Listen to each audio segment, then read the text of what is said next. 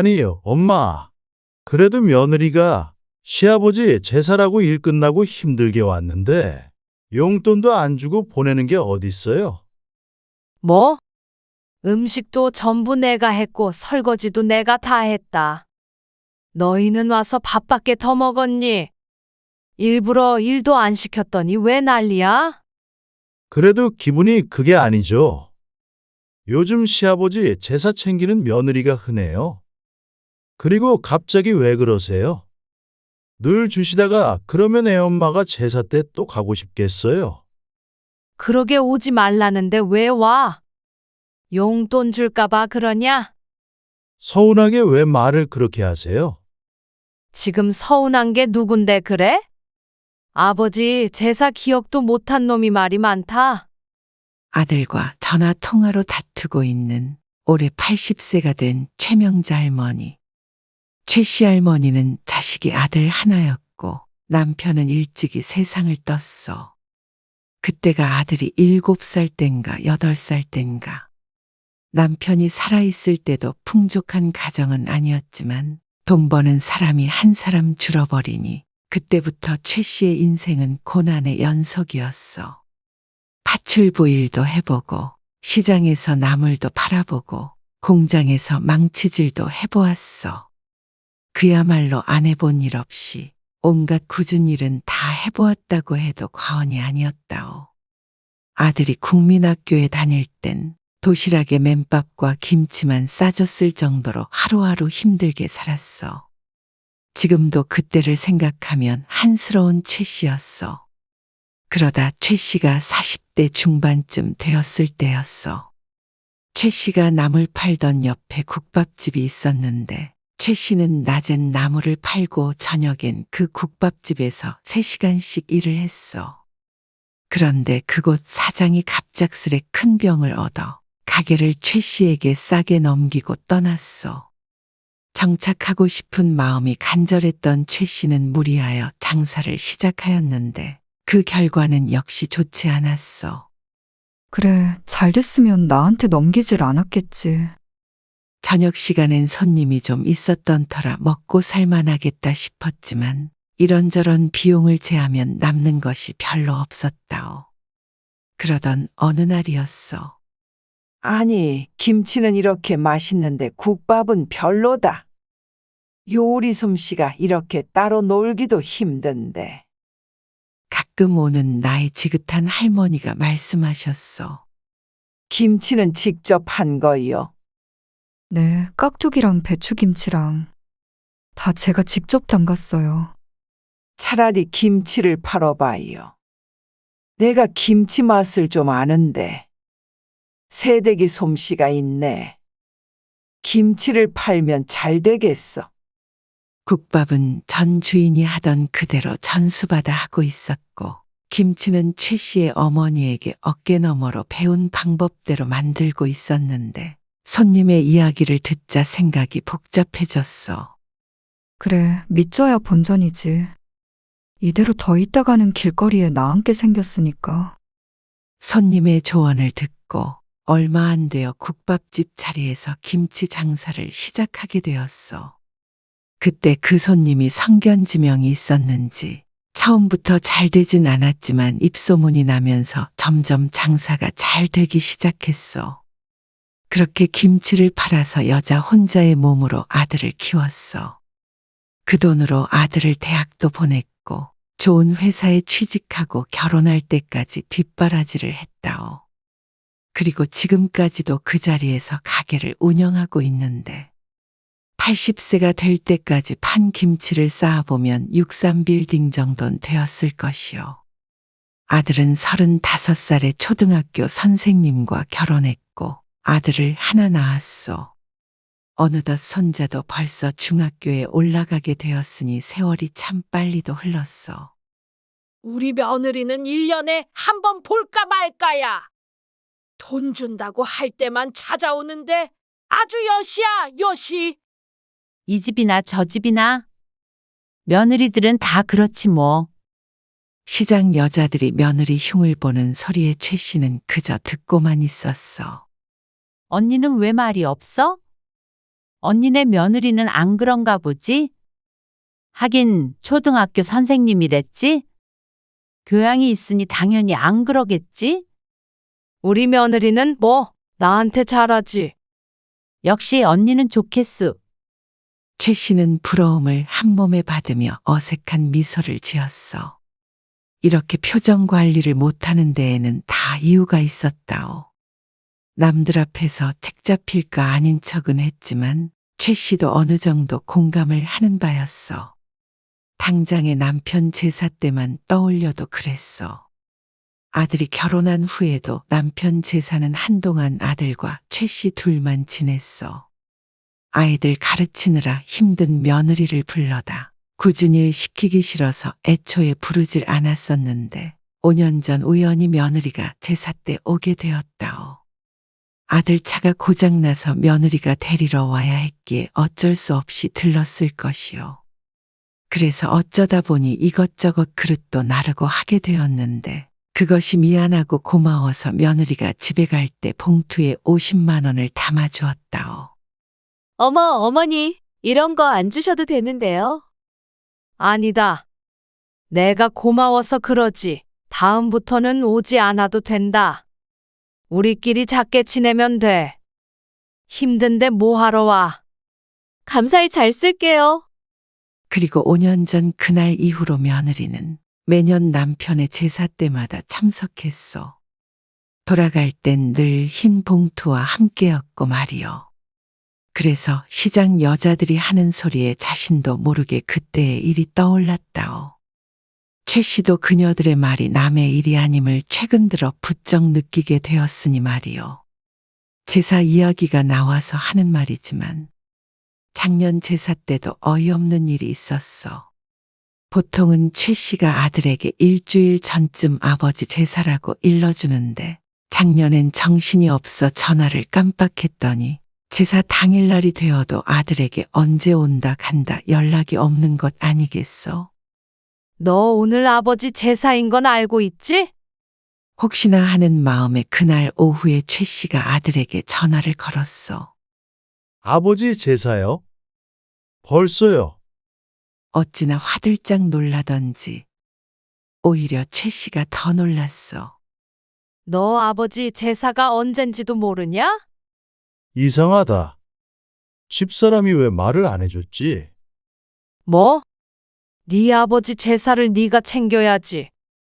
왜 선욱이 애미가 챙겨야 해? 아이 진짜 요즘 정신이 없어서 그랬어요. 설마 제가 아버지 제사도 모를까 봐서요. 오늘 퇴근하고 갈게요. 최 씨는 한숨을 푹 쉬었어.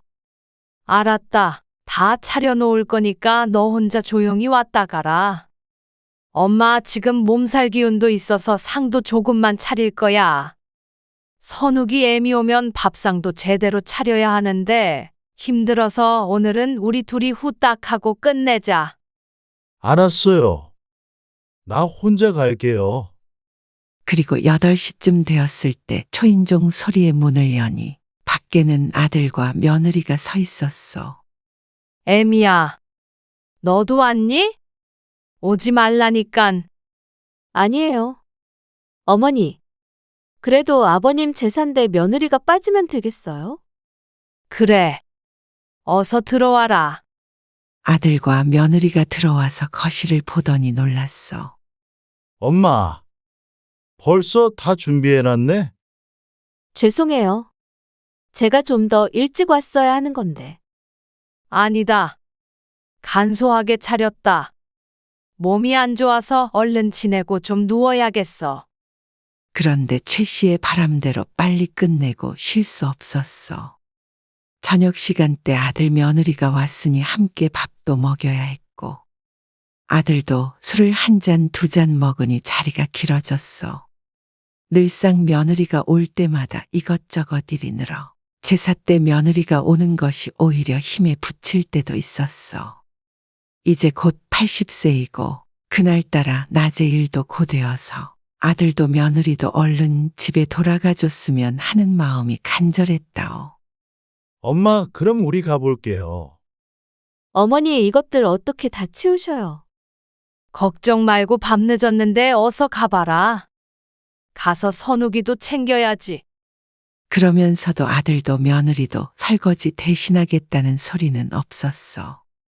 산처럼 쌓인 설거지를 하고 뒷정리를 하니 자정이 지나 있었어. 그런데 아픈 몸을 이끌고 막 이부자리에 눕자마자 아들에게 전화가 걸려왔어. 이 시간에 무슨 일이야? 뭐 놓고 갔니?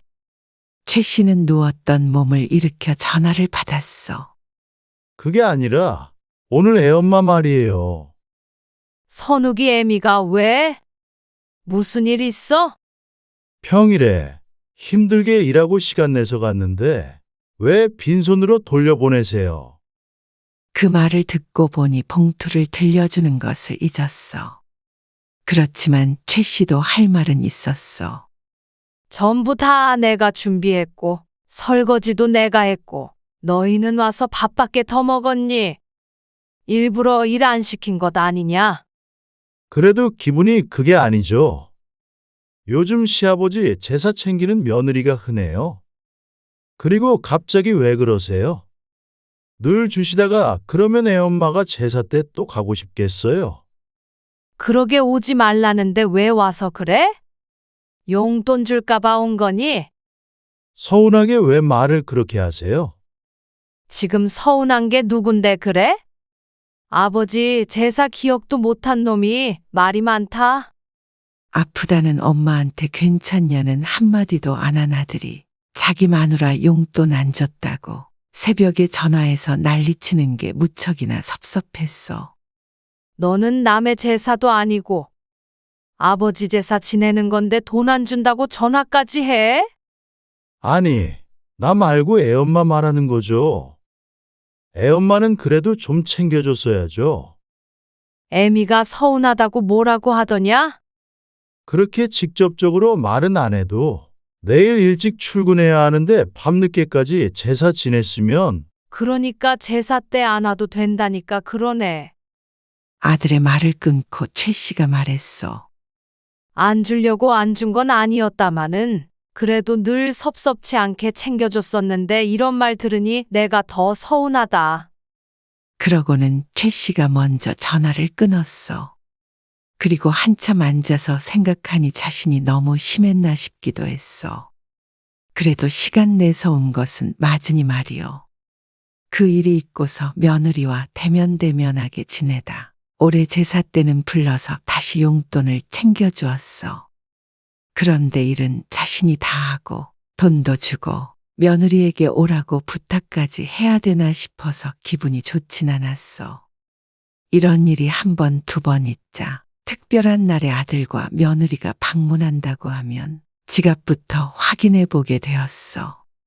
이제 곧 선욱이 생일이잖냐? 전날이나 다음 날이나 상관없으니까 한번 들러라. 맛있는 것도 해주고 할미가 용돈도 좀 줘야겠다. 어머나, 안 그러셔도 되는데. 중학교 올라가는 손자의 생일 전날인 금요일 저녁에 아들과 며느리, 손자가 찾아왔어. 최 씨는 상다리 부러지게 생일상을 차려놓고 기다렸다오. 어머니, 김치가 진짜 맛있어요. 제가 원래 김치를 별로 안 좋아했는데, 어머니 김치 먹고서는 이거 없음 밥을 못 먹는다니까요. 그래, 많이 먹어. 너 좋아하는 반찬들도 좀 싸줄까? 김치는 안 떨어졌니? 그럼 홍어 무침이랑 무생채 좀 싸주세요. 김치는 보름은 더 먹을 것 같아요. 감사해요, 어머니. 바쁜 며느리를 위해 종종 반찬을 해서 주곤 했는데 맛있게 먹는 모습을 보니 뿌듯했어.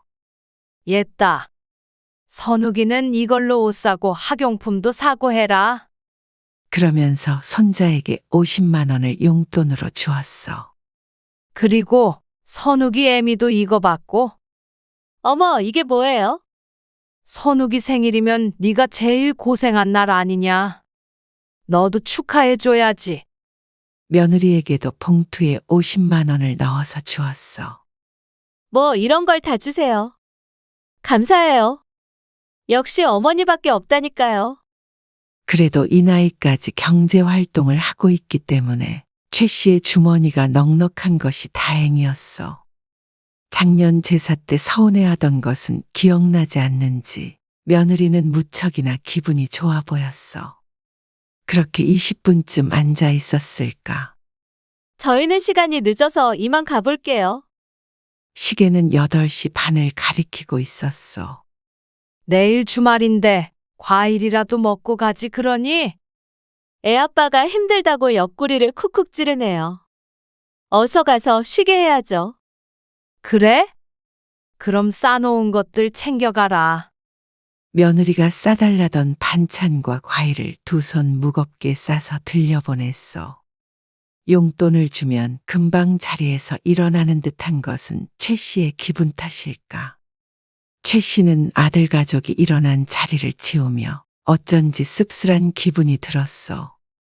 보름 뒤, 보름분의 김치만 남았다는 며느리의 말을 기억하고 최 씨가 아들에게 전화를 걸었어. 너 선욱이 생일날 김치 다 먹어간다고 그러지 않았어?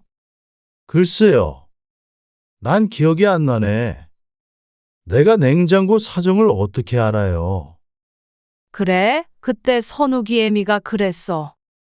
이따 시장으로 김치 가지러 와. 챙겨 놓을 테니까. 알았어요. 집사람 오늘 외출한다는데 그때 들리던지 하라 그럴게요.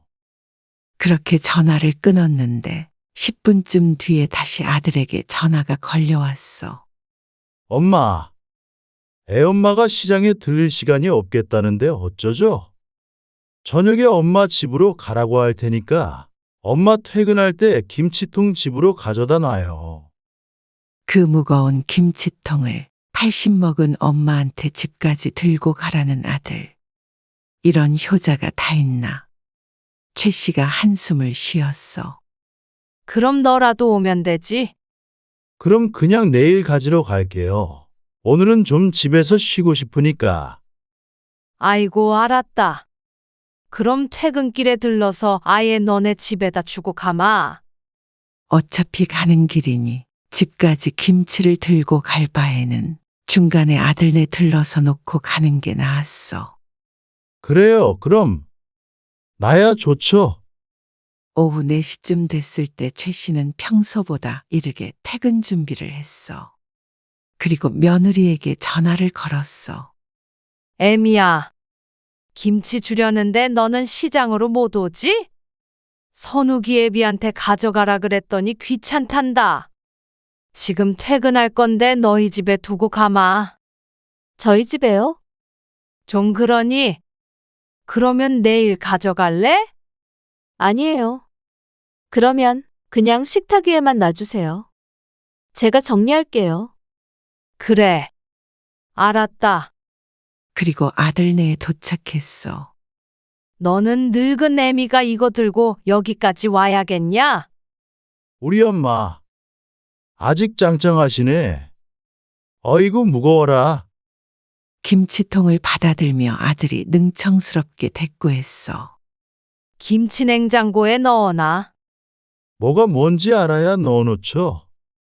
맞다. 선욱이 엄마가 그냥 식탁에 두고 가라 그랬어. 그냥 넣으면 되죠. 그러면서 냉장고 이문 저문 열어 제끼는데 보다 못한 최 씨가 말했어. 너는 그렇게 집안 살림을 하나도 못해서는 금방 이혼당하겠다. 나도 청소는 해요. 실없이 웃는 아들 보고 저리 비켜보라고 한 최 씨가 김치 냉장고 문을 열었어. 김치통들로 꽉 차 있는 냉장고 안을 들여다보며 최 씨가 고심했어. 남의 집 살림이다 보니 이것저것 정리할 수도 없고 해서 다시 김치 냉장고 문을 닫았어. 이거 김치 냉장고 꽉 차서 안 되겠다. 그냥 식탁에 둘 테니까 선욱이 애미 오면 정리해서 넣으라 그래. 뭘 그래요? 줘보세요. 일단 냉장고에다 넣어놔야지. 아들이 냉장고 문을 열었고 냉장고도 사정은 다르지 않아 보였어. 반찬통들과 비닐들로 꽉 찬 내부. 아들이 그 사이에 김치통을 쑤셔 넣으려 하니 최 씨가 말렸다오. 그렇게 막 넣으면 다 떨어지지. 비켜라. 그냥 대충 넣어줘요. 아들이 소파에 드러누우며 말했어. 너는 주말에는 네가 좀 밥도 하고 그래야지. 선욱이 애미도 일하는 사람인데 그렇게 퍼질러져 있을 거야? 주말에 왜 이렇게 잔소리를 하세요? 귓등으로도 안 듣는 아들을 뒤로 하곤 최 씨가 냉장고 안에 자리를 마련하기 위해 반찬통을 차곡차곡 쌌는데 어떤 냄새가 코를 찔렀어. 이건 내가 준 반찬통인데. 눈에 익은 반찬통 하나를 열어보니 썩은 내가 진동했어. 애구머니나. 여기서 냄새가 나고 있었구나 싶었는데 다른 반찬통 몇 개를 더 열어보니 한 달도 더 전에 싸주었던 음식들까지 고스란히 들어있는 상태였어. 도대체 언제 싸줬던 음식인지도 가물가물했어. 그리고 냉장고 한켠을 크게 차지하고 있는 검은 비닐봉지. 설마 하는 마음에 비닐 입구를 열어보았는데 손자 생일날 최 씨가 싸줬던 반찬들이 최 씨가 넣어놓은 그대로 썩고 있었어. 아예 열어보지도 않은 채 봉지채로 들어있었다오. 냉장고 안에 내팽개쳐진 반찬들, 최 씨의 마음도 함께 썩어 나뒹굴었어. 아들네 온다고 하루 종일 땀 흘려가며 준비했던 음식들이었어. 먹다 남아서 버리는 것까지는 이해가 가도 보름 동안 아예 꺼내보지도 않았다는 것이 충격적이었어. 요즘 젊은 사람들은 집에서 밥을 잘 안 해 먹는다지만 꺼내서 먹기만 하면 되는 걸 이렇게 방치하다니. 그리고 안 먹을 거면 애초에 싸가질 않으면 될 일 아니요? 힘들게 싸준 정성이 무시당했다는 생각에 화가 치밀어 올랐지만 꾹 눌렀어. 최 씨는 김치통을 얼른 넣어놓고 냉장고 문을 닫았어. 자신의 집도 아니고 며느리 살림이니 검사할 요량은 아니었지만 허락 없이 냉장고를 열어본 것은 자신의 잘못이니 가타부타 하기도 꺼려졌어. 일단 냉장고에 넣어놨으니까 나중에 김치 냉장고에 옮겨라. 알았어요. 애엄마 기다렸다가 식사하고 가세요. 됐다. 집에 가서 쉬련다. 그럼 1층까지 모셔다 드릴게요. 담뱃갑을 챙기며 아들이 일어났어. 김치통 들고 올 땐 마중도 안 나오더니 담배 피러 갈 땐 벌떡벌떡 잘도 일어나는 아들의 괜스레 서운함이 더 커졌어. 그렇게 둘이 함께 나왔는데 1층 입구에서 안으로 들어오던 며느리와 마주쳤어. 어머니, 아직 계셨어요? 벌써 가냐는 것이 아닌 아직 계셨냐는 말이 무의식 중에 며느리의 마음을 보여주고 있는 듯했어. 평소 같았으면 별 의미를 두지 않았을 말이지만 좋게 받아들이기가 힘들었어. 어쩌다 보니 그렇게 됐다. 이제 집에 가던 참이야. 김치는 애비가 냉장고에 넣어달래서 넣어놨으니까 나중에 김치 냉장고로 네가 옮겨라. 냉장고예요? 며느리의 안색이 창백해졌어. 그래. 이만 가볼 테니까 어서 들어가 봐라. 최 씨의 귓전에 모기만한 목소리로 잘 가시란 말이 흘러들었지만 못 들은 척 코너를 돌았어. 며느리의 시야에서 벗어나자마자 최 씨가 잠시 서 있는데 곧이어 아들과 며느리의 목소리가 들려왔어. 그러게 당신이 시장에 가서 김치를 가져오지. 왜 어머니가 집에 오시게 해? 엄마가 갖다 주면 좋지. 왜? 아니면 당신이 아까 시장에 들려서 가져왔으면 됐잖아. 거기 가면 옷에 김치 냄새 배서 하루 종일 신경 쓰인단 말이야. 젓갈 냄새 풀풀 나는 거 싫어하는 거 알면서 그래? 참, 그러면 김치는 왜 먹는지 모르겠네. 지금 그게 중요해. 그리고 왜 어머니는 남의 집 냉장고를 열어보셔? 너무 경우가 없으시잖아. 경호, 말이 좀 심하다. 아들 집이 남의 집이야. 그리고 내가 김치 좀 넣어달라 그랬어. 왜 이렇게 예민해? 거기 어머니가 주신 반찬들 들어있단 말이야. 반찬이 왜? 지난번에 주신 것도 그대로 들어있어. 뭐, 왜 그걸 다 안 먹고 넣어놨어? 다 먹긴 그걸 어떻게 다 먹어? 우리 중에서 집에서 밥 먹는 사람이 어딨다고. 그건 당신이 안 차려주니까 내가 못 먹는 거지. 아니, 그러면 싸우질 말던가. 싸주시는데 어떻게 됐다 그러니? 김치통만 얼른 넣어놓고 가신 거야. 못 보셨겠지? 아들은 투덜투덜거리고 며느리는 그런 아들을 나무라며 화를 냈어. 당신이 그냥 어머니한테 이제 반찬은 사 먹겠다고 말 좀 해. 그동안 맛있다고 연기한 건 당신인데 왜 나한테 그래? 나만 못된 며느리 만들고 싶어서 그래? 그러게 안 먹을 거면 진작 버리지. 그걸 냉장고에 그렇게 처박아둬. 어머니가 열어보실 줄 알았으면 치웠지. 그럼 당신이 살림하던가. 말다툼을 하는 며느리와 아들의 목소리를 듣고 있던 최 씨는 이내 귀를 막고 빠른 걸음으로 아파트 단지를 벗어났어. 그리고 집으로 돌아가는 버스에 앉아서도 최 씨는 멍한 상태였어. 망치로 누군가 머리를 거세게 후려친 듯 했어. 이거 해주세요. 저거 해주세요. 며느리의 목소리가 귓가에 울리는 듯 했어.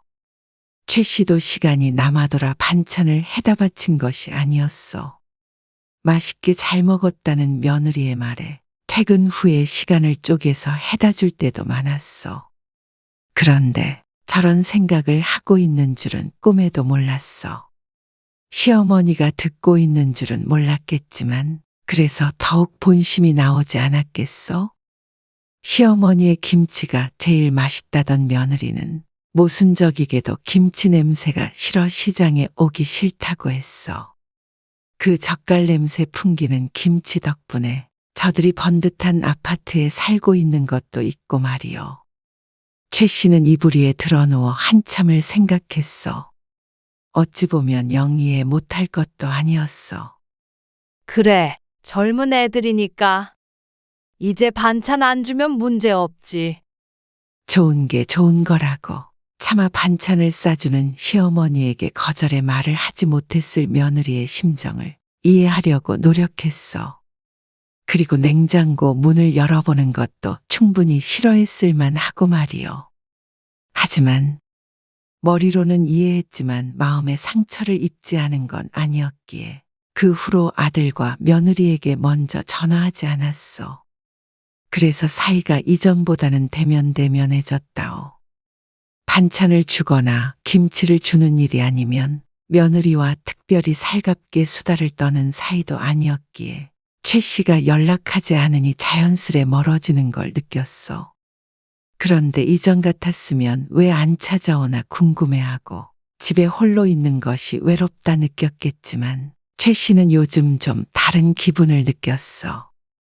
며느리도 내 식구라고는 생각했지만 아들하고는 달라서 며느리가 집에 올 때면 괜스레 청소하게 되고 밥상도 신경 쓰게 되었는데 이제 차라리 편해진 듯 했어. 그리고 웃고 있는 며느리 얼굴을 보며 속으로는 무슨 생각하나 의심하게 되는 것도 싫었고 말이요. 엄마, 집사람 생일에 같이 찾아뵐게요. 며느리의 생일을 앞둔 어느 날 아들에게서 전화가 왔어. 선욱이 엄마 생일인데 너희끼리 시간 보내지 뭐하러 와? 집사람이 생일에 엄마가 해준 음식 먹고 싶다는데 어떡해요? 최 씨는 속으론 아들이 자신을 놀리나 싶었어. 그러나 둘이 다투던 이야기를 최 씨가 알고 있다고는 꿈에도 모르는 아들이 말을 이었어. 나 대신 엄마가 미역국 좀 끓여줘요. 그래, 알았다. 최 씨의 집에 왔을 때 아들과 며느리가 밥을 맛있게 먹었던 것까지 거짓은 아닐 것이었어. 며느리의 생일날까지 꽁에 있기엔 자신이 너무 옹졸해지는 듯하여 아들에게 알았다 대답했어.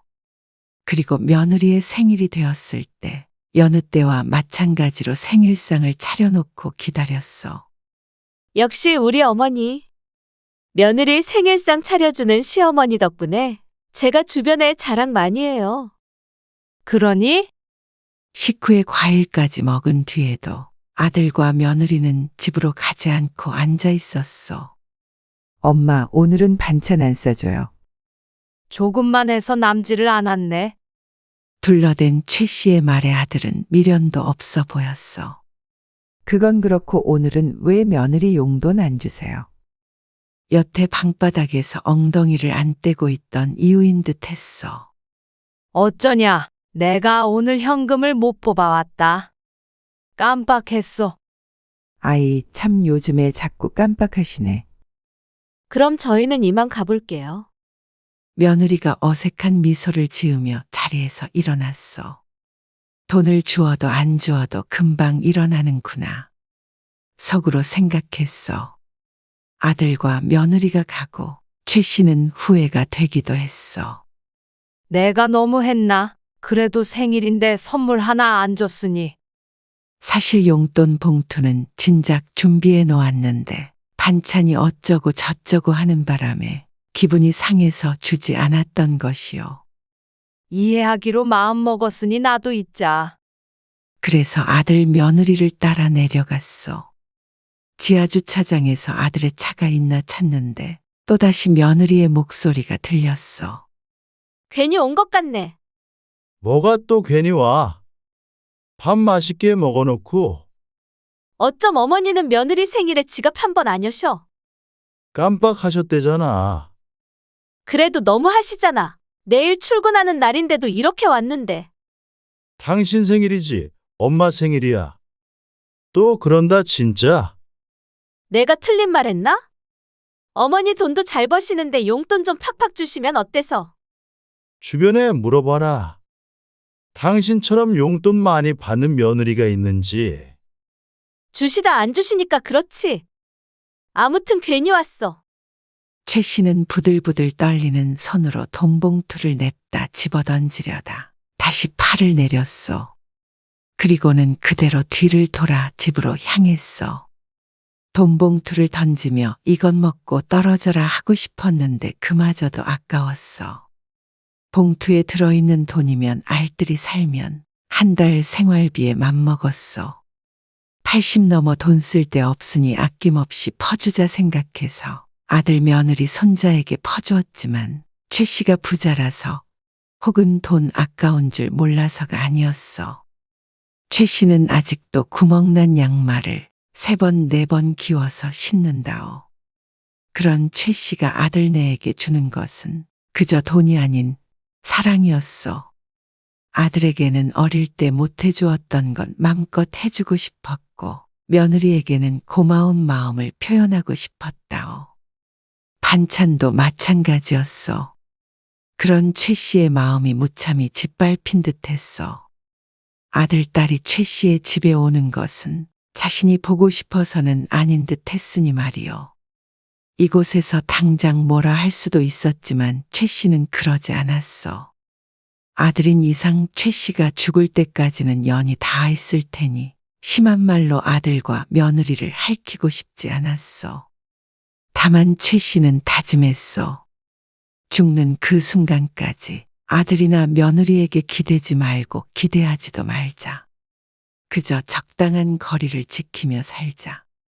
또한 이제 아들 며느리가 왔다고 버선발로 반기지 말고 허리 휘도록 밥상을 차려 바치지도 말자. 그러면 상처 줄 일도 상처 입을 일도 없을 것이요. 하지만 최 씨의 쓰디쓴 속을 달랠 길은 없었어.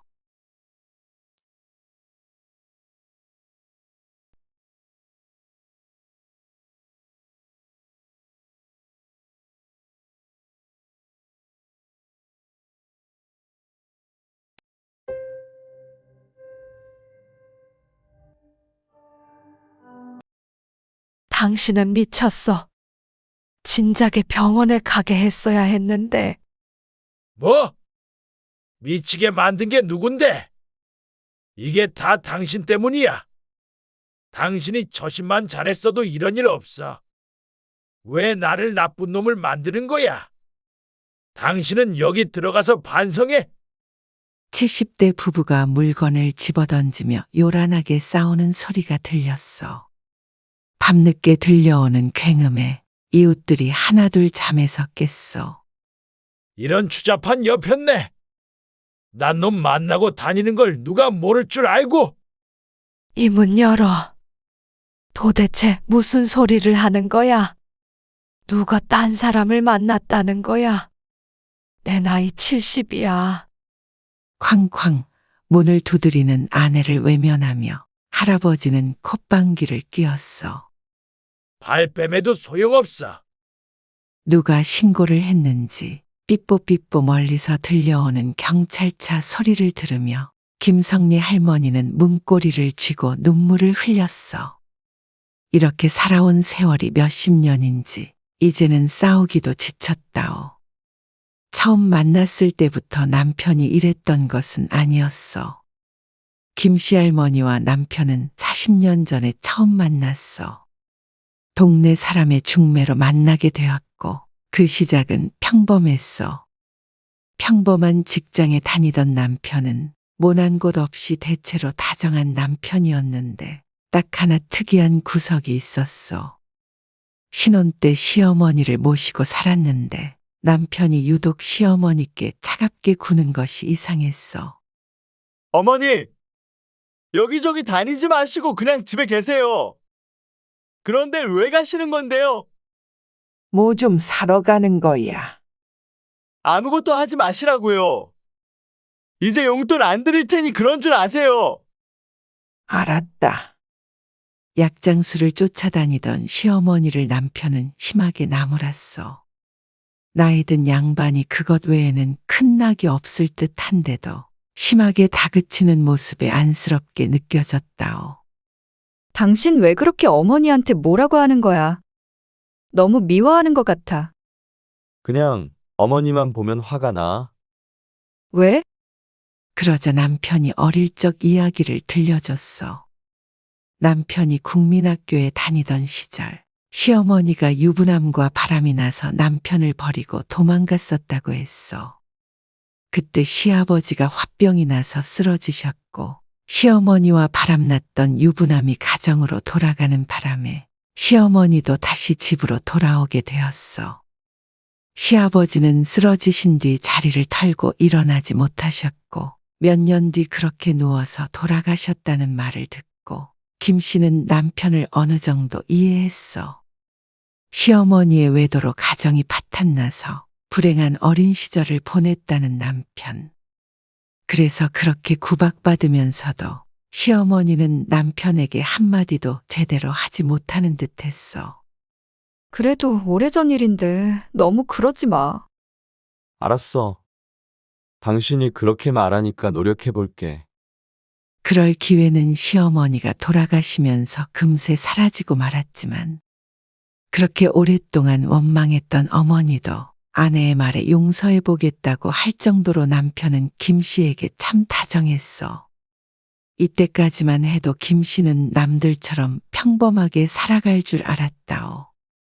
얼마 안 있어 아이를 낳았고 김 씨는 집에서 아이를 돌보았고 남편은 계속 직장을 다녔어. 하지만 아이가 어느 정도 커갈 때쯤 남편이 다니던 회사가 부도가 났어.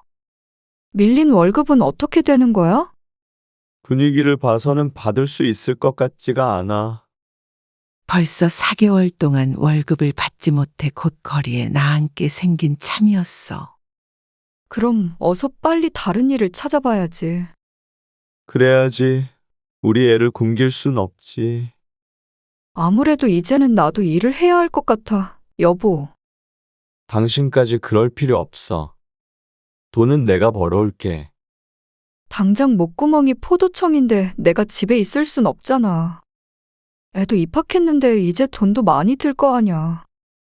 그래도 얼마 전에 예전에 다니던 회사 사람한테 연락해봤어. 내가 다시 일할 수 없겠냐고 물어보니까 일손이 부족해서 받아줄 수 있겠다더라. 결혼 전 다니던 직장의 상사와 연락이 다 부탁했던 이야기가 잘 풀려서 안 그래도 다시 일을 하려던 참이었어. 남편도 새로운 직장을 구해야 하니 자신이라도 하루빨리 일을 시작해야 했어. 그때가 김 씨의 나이가 30대 후반이었어. 남편은 한동안 새로운 직장을 구하지 못해 몇 달간 백수 생활을 했어. 여보, 나 다녀올게. 집에 있을 거야? 아니, 나도 나가봐야지. 남편은 점점 무기력해져 갔고 반면에 김 씨는 바깥 생활을 하니 활력이 생겼어. 오늘도 늦어? 요즘 좀 바쁘네. 그러면 그때 그 동료랑 같이 일하는 거야? 그렇지. 그리고 어느새부턴가 직장 동료와 김 씨와의 사이를 의심하기 시작했어. 너무 둘이 붙어 다니는 거 아니야? 붙어 다니긴. 일하는 건데. 그때 보니까 당신을 보는 눈빛이 좀 이상했어. 예전에 자신을 데리러 왔다가 마주친 적이 있었어. 그때 이후로 종종 그 이야기를 꺼내곤 했었다오. 이상하긴. 별 걱정을 다 한다. 무슨 회사가 둘만 이래? 다른 사람들도 있어. 왜 그래 또? 당신이 신경 쓰이게 하잖아. 그냥 돈 벌러 갔다 온다는데 왜 그러는 거야? 차라리 다른 직장으로 옮겨. 말도 안 되는 억지를 부리는 남편의 김 씨도 화가 났어. 지금 당장 어떻게 새로운 일을 구해? 이 나이에 여기에 다시 돌아오게 된 것도 운이 좋았던 건데. 그러면 돈은 누가 벌어? 지금 나 돈 못 번다고 무시해? 그런 말이 아니잖아. 그러자 남편이 옆에 있던 서랍장을 발로 걷어찼어. 그러니까 더 수상한 거 알지? 아니, 도대체 항상 뭐가 수상하다는 거야. 이제 그만 좀 해. 나 늦었어. 갔다 올게. 기분이 안 좋아 하루 종일 일도 제대로 되지 않았어.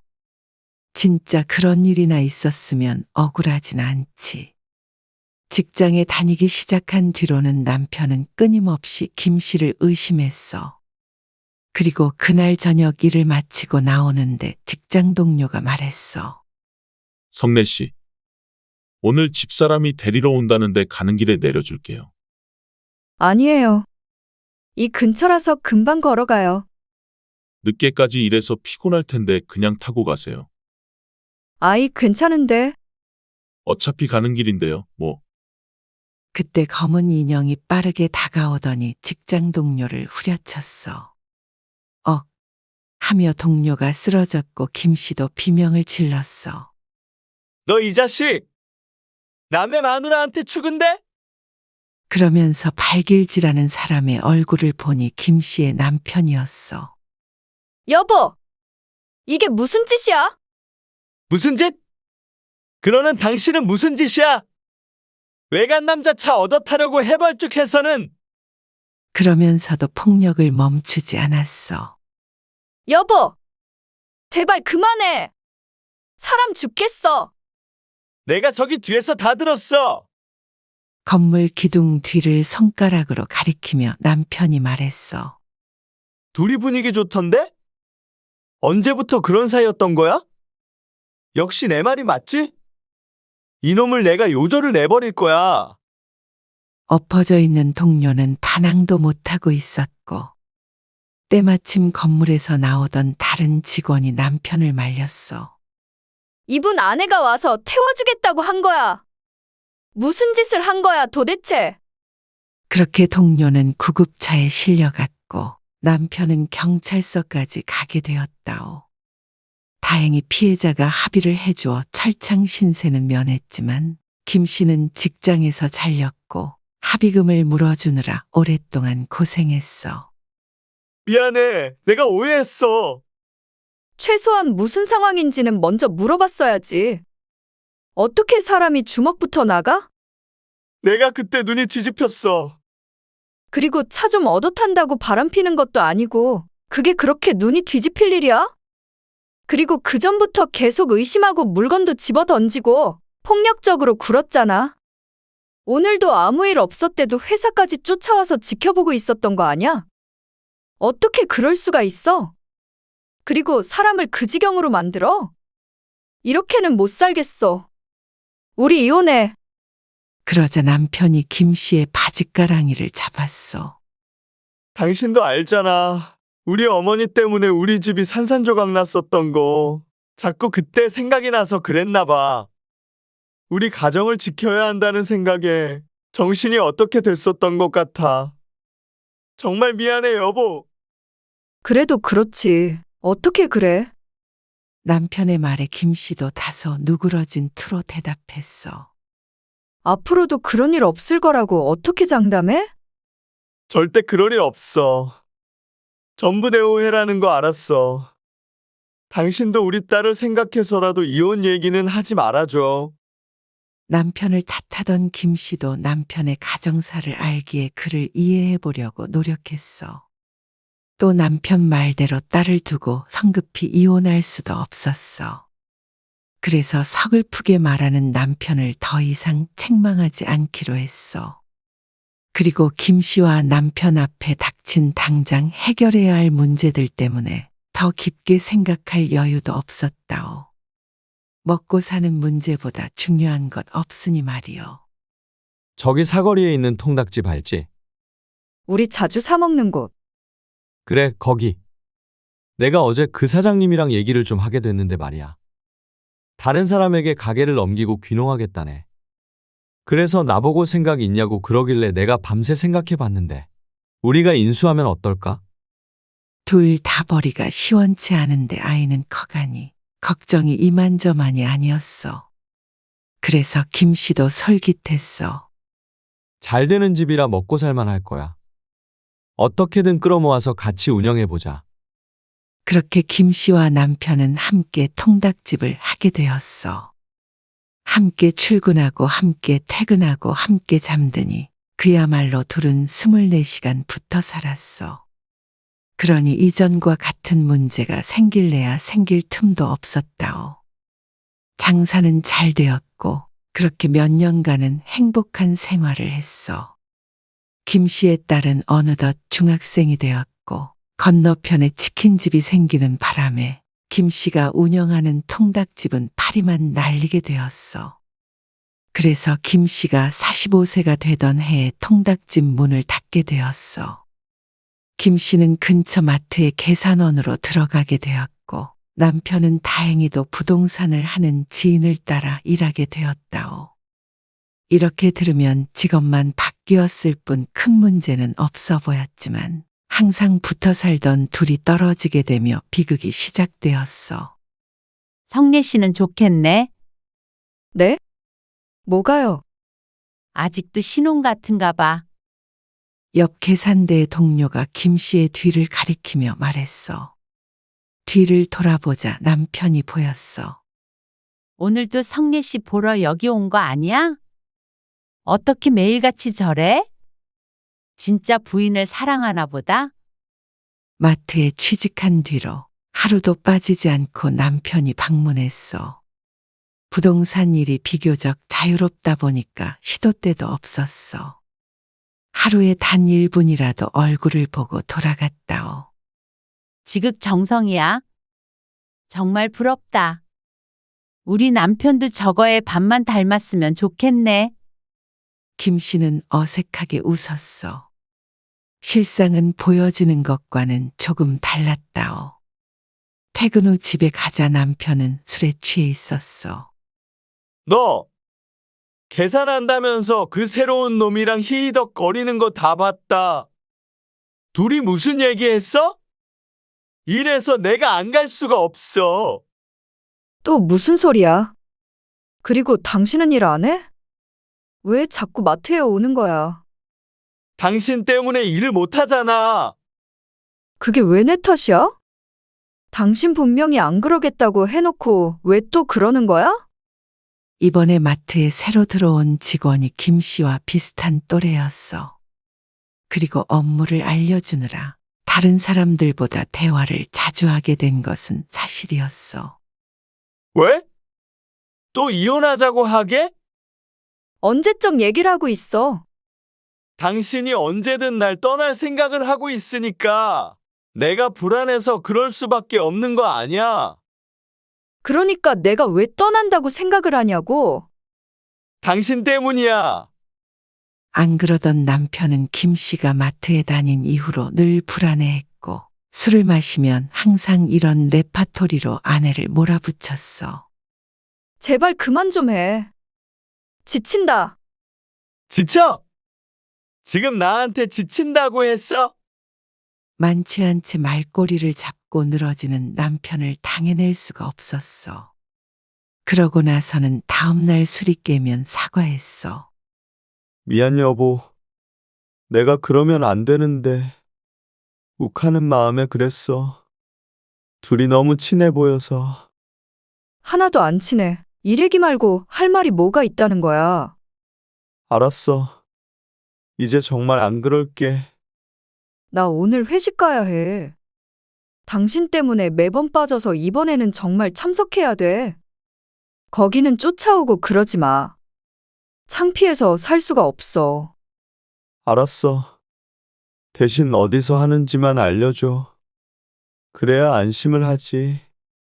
약속을 단단히 받고 나서 출근한 김 씨는 일을 마치고 다른 사람들과 함께 식사를 하고 있었어. 식사 자리가 파는 분위기라 몇몇은 집으로 돌아갔고 여자 직원 둘이 함께 화장실에 가는 바람에 김 씨와 남자 직원 하나만 테이블에 앉아 있었어. 너 내가 이럴 줄 알았다. 갑자기 나타난 남편이 김 씨의 뺨을 내려쳤어. 주변 사람들이 혼비백산해서 남편을 말렸어. 뭐? 회식? 내가 혹시나 해서 와봤는데 남자랑 술 마시면서 회식한다고 뻥을 쳐? 자세히 보았으면 셋만 있던 자리가 아니었음을 알았을 텐데 눈이 벌게진 남편 눈에는 다른 것은 전혀 보이지 않았어. 너야? 같이 있던 남자 직원을 가리키며 위협했어. 여보! 왜 이래? 회식한다고 했잖아. 뺨을 맞고 충격에 굳어있던 김 씨가 서둘러 남편을 말렸어. 내가 또 그 말을 믿을 줄 알고? 테이블 위에 있던 그릇이며 컵이며 요란한 소리를 내면서 바닥으로 떨어졌어. 식당 안이 난리가 났고 얼마 있지 않아 경찰까지 출동하게 되었어. 화장실에 갔던 여직원 둘이 돌아오고 식당 주인도 나서서 증언을 해주어 오해임을 알게 되었지만 김 씨에게는 씻을 수 없는 상처를 남겼어. 당신한테 손찌검을 하다니. 내가 죽일 놈이야. 남편은 또다시 싹싹 빌며 어릴 때 상처가 아직도 남아서 그렇다. 당신이 예전에 이혼하자고 해서 그렇다. 늘상 하는 변명을 늘어놓았지만 김 씨의 마음은 이미 다쳐버렸어. 그날 김 씨는 다짐했어. 딸만 성인이 되면 꼭 이혼해버리기로 말이요. 그리고 당연한 말이지만 다니던 마트는 그만두고 다른 마트로 옮기게 되었어. 그곳에서는 또 무슨 난리가 날지 몰랐기 때문에 돈만 벌자 하는 마음으로 사람들과 교류도 전혀 하지 않았어. 그렇게 집, 마트만 왔다 갔다 하는 삶을 몇 년간 살았어. 김 씨는 50살이 되었고 딸도 곧 있으면 성인이었어. 한동안은 별 탈 없이 평화로운 듯 보였어. 그런데 김 씨가 일을 마치고 집에 돌아가는 길이었어. 뚜벅뚜벅. 집으로 걸어가는데 조용한 와중에 발소리가 따라왔어. 조금 빨리 걸었더니 발소리도 빨라졌고 느리게 걸으니 발소리도 덩달아 느려졌어. 식은땀이 흐르는 것이 느껴졌어. 김 씨는 그동안에도 종종 이런 느낌을 받곤 했는데 오늘따라 차도 안 다니고 지나가는 사람도 없어서 유독 소리가 크게 들렸어. 집까지는 10분이나 더 걸어야 했고 골목이 외져서 큰 길로 나가려고 발길을 돌렸어. 그리고는 도망치듯 빠른 걸음으로 걸어갔어. 그런데 그때 누군가가 김 씨의 팔을 잡아챘어. 깜짝이야. 누구세요? 여보. 나야 나. 김 씨의 남편이 그녀의 팔을 잡고 있었어. 어딜 그렇게 급히 가는 거야? 집에 안 가? 김 씨는 안도의 한숨을 쉬었어. 놀랐잖아. 누가 쫓아오는 줄 알고 큰 길로 나가려고 했지. 무서워서 죽는 줄 알았어. 그러자 남편이 같이 가자며 웃고는 김 씨의 어깨를 잡았어. 김 씨는 이때는 미처 몰랐어. 며칠 뒤 김 씨는 오랜만에 갑작스럽게 찾아온 친정엄마를 만나게 됐어. 나 엄마 좀 만나고 올게. 장모님 오신대? 이 근처에 오신 김에 뭐 좀 주고 간다 그래서. 잠깐 나갔다 올게. 당신은 언제 출근하게? 나도 지금 나갈 거야. 김 씨와 남편은 나란히 길을 나섰어. 그리고 갈림길에서 헤어지며 김 씨가 말했어. 서울국밥에서 만나기로 했어. 거기서 밥 먹고 들어갈게. 알았어. 다녀올게. 그렇게 남편은 출근을 했고 김 씨도 10분 정도 걸어서 나가다가 친정엄마에게 드리기로 한 반찬통을 놓고 온 것이 기억났어. 아이고, 내 정신 좀 봐. 김 씨는 왔던 길을 되돌아 걸었어. 얼른 돌아가서 가져오면 약속 시간에 늦지는 않을 것이었어. 그렇게 집으로 서둘러 되돌아와서 반찬통을 챙기려는데 남편이 따라 들어왔어. 여보? 출근 안 하고 왜 다시 왔어? 내가 이럴 줄 알았어. 나 출근하면 이 집에서 무슨 짓을 하려고? 뭐? 나 따돌리려고 장모님 만나는 척을 한 거지? 누가 오기로 했길래 그렇게 급히 돌아와? 또 무슨 말을 하는 거야? 내가 급히 돌아온 건 어떻게 아는 거야? 어떻게 알긴? 뒤에서 다 지켜봤으니까 알지. 요즘 낌새가 이상했어. 지난밤에도 집에 걸어가다가 다른 데로 새려고 했었잖아. 내가 그때 아는 척 안 했으면 어디 가려고 한 거야? 지난밤 발소리에 놀랐던 일을 말하는 듯 했어. 그러고 보니 이상했어. 자꾸 누군가 따라오는 듯한 느낌이 드는 것도 그랬고 오늘 일도 무척이나 이상했어. 당신 혹시 그동안 나 미행했어? 캥기는 게 있나 보지? 뜬금없이 장모님이 왔다고 하질 않나. 나 미행했냐고 묻잖아. 그래. 어쩔래? 딱 걸렸다. 이 집에서 잘도 추잡한 짓을 하려고 했겠다. 당신 정말 소름 끼친다. 그동안 그 버릇 고친 줄 알았더니 그냥 날 따라다니면서 늘 지켜보고 있었던 거구나. 미쳤어. 뭐? 미쳐? 네가 날 미치게 하잖아. 또다시 근거 없는 의심으로 김 씨를 탓하는 남편. 진짜 당신하고 못 살겠다. 이제 진짜 갈라서자. 그래. 그럴 줄 알았어. 남자가 있으니까 이혼하자는 거잖아? 도대체 누굴 말하는 거야? 한 번이라도 내가 그런 적이 있어? 진짜 이렇게는 못 살겠어. 그러자 남편이 김 씨의 뺨을 쳤어. 뭐?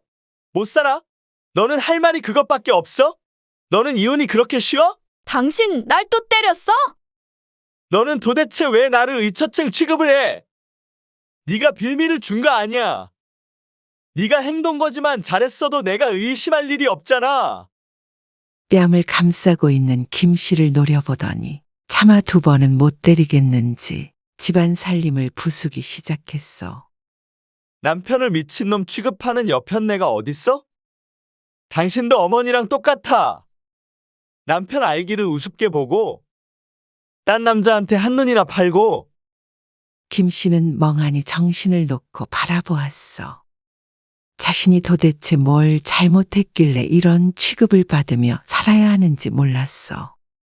이때 꼭 이혼을 했었어야 했는데 한참을 지나도 딸이 나타나지 않자 집으로 전화를 건 친정엄마의 전화를 받고 남편이 또다시 싹싹 빌었어.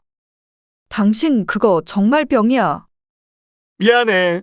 병 걸린 사람 도와준다 생각하고 한 번만 봐줘. 당신을 너무 사랑해서 그런 거야. 나를 너무 사랑한다는 사람이 그렇게 의심하고 때려? 이게 처음도 아니잖아. 의심하는 것까지는. 그래, 내가 100번 양보해서 참아도 나를 때리는 남자와 내가 어떻게 살 수가 있겠어? 내가 미쳤었어. 애를 봐서라도 마지막 기회를 줘. 제발. 애가 당신 잘못할 때마다 막아주는 방패야? 그러면 내가 무서울 줄 알아? 남편이 울며 말했어. 이제 정신 차리고 살게. 의심하지 않고 가정에 충실히 살게. 정말이야. 여보, 마지막이야. 그 이후로 그렇게 마지막 기회를 여러 번 주며 살아온 세월이 벌써 20년이 넘었어. 김 씨는 70세가 되었어. 그간 김 씨는 한 직장을 2년 이상 다닌 적이 없었고 남편의 의심병 때문에 너 죽네 나 죽네 한 적도 많았어. 이제는 지긋지긋했어. 평소엔 세상에 이런 남자가 없을 만큼 잘하다가도 한 번 의심이 들면 미치도록 사람을 괴롭혔어. 그것은 아내가 70세가 되어도 여전했어. 이 밤에 나 없는 틈을 타서 어딜 갔다 와? 수진이네 다녀왔어. 딸내 갔다 왔다는 말에 남편이 식탁에 있던 물병을 집어던졌어. 연락도 없이 이 시간에? 하필 내가 늦게 들어온다고 한 날에? 갑자기 연락이 와서 어쩔 수 없었고 전화했는데 안 받았잖아. 문자도 남겼고. 남편의 휴대폰은 배터리가 없는지 꺼져 있었어. 그걸 나보고 믿으라는 거야. 어떤 놈 만나고 왔어? 어떤 놈이라니. 여보, 도대체 내가 어딜 가서 누굴 만나? 다 알고 있어. 이제 내가 나이 들고 힘없다고 딴 놈이랑 살림 차리려는 거 아니야? 당신이 나이 들고 힘없으면 나도 똑같아. 제발 그만할 수 없어? 그러자 남편이 더욱 씩씩대며 말했어. 내가 모를 줄 알고. 말은 그렇게 하면서 평생 나 몰래 뒤로 호박씨 까고 살았잖아. 당신 이래서 술 많이 먹지 말랬잖아. 내가 술 취해서 이러는 것 같아. 끝까지 지 잘못은 인정을 안 하고 내 탓을 해. 남편의 손이 날아왔어. 그동안 종종 있었던 일이었어. 한 번, 두 번 때렸던 남편은 술 마시고 욱하는 날이면 손을 올렸어. 당신은 미쳤어. 진작에 병원에 가게 했어야 했는데 다 내가 미련한 탓이야. 내 팔자야. 뭐? 미치게 만든 게 누군데? 이게 다 당신 때문이야. 당신이 처신만 잘했어도 이런 일 없어. 왜 나를 나쁜 놈을 만드는 거야? 당신은 여기 들어가서 반성해. 남편이 김 씨를 안방에 가두고 문고리를 고정하여 나올 수 없게 막았어. 이런 추잡한 여편네. 딴 놈 만나고 다니는 걸 누가 모를 줄 알고. 이 문 안 열어. 도대체 무슨 소리를 하는 거야? 누가 딴 사람을 만났다는 거야? 내 나이 70이야. 쾅쾅 울면서 문을 두드리는 아내를 외면하며 할아버지는 콧방귀를 뀌었어. 발뺌에도 소용없어. 누가 신고를 했는지 삐뽀삐뽀 멀리서 들려오는 경찰차 소리를 들으며 김성례 할머니는 문고리를 쥐고 눈물을 흘렸어. 이렇게 살아온 세월이 몇십 년인지 이제는 싸우기도 지쳤다오. 그래. 당신 마음대로 생각해. 왜 내가 이 나이 먹고도 이렇게 살아야 하는지 모르겠다. 한참을 문을 두드리던 김 씨는 이내 포기했어. 딸도 시집간 지 오래인데 늙어가는 영감이 불쌍해서 끝내 헤어지지 못했어. 그런 자신이 어리석음을 알고 있음에도 같이 산 잘못 아니겠어? 이러던 남편은 분명 내일 아침이 밝으면 잘못했다며 빌 것이요. 그리고 자신은 남편이 변하지 않을 것임을 알고도 속아 넘어갈 것이고 말이요. 수십 년간 반복되어 오던 일이었어. 딸도 그런 김 씨와 남편을 보며 이혼을 권유했지만 그것을 남편이 손 놓고 보고만 있지는 않을 것이었어. 경찰이 현관문을 두드리는 소리를 들으며 김씨 할머니는 체념했다오.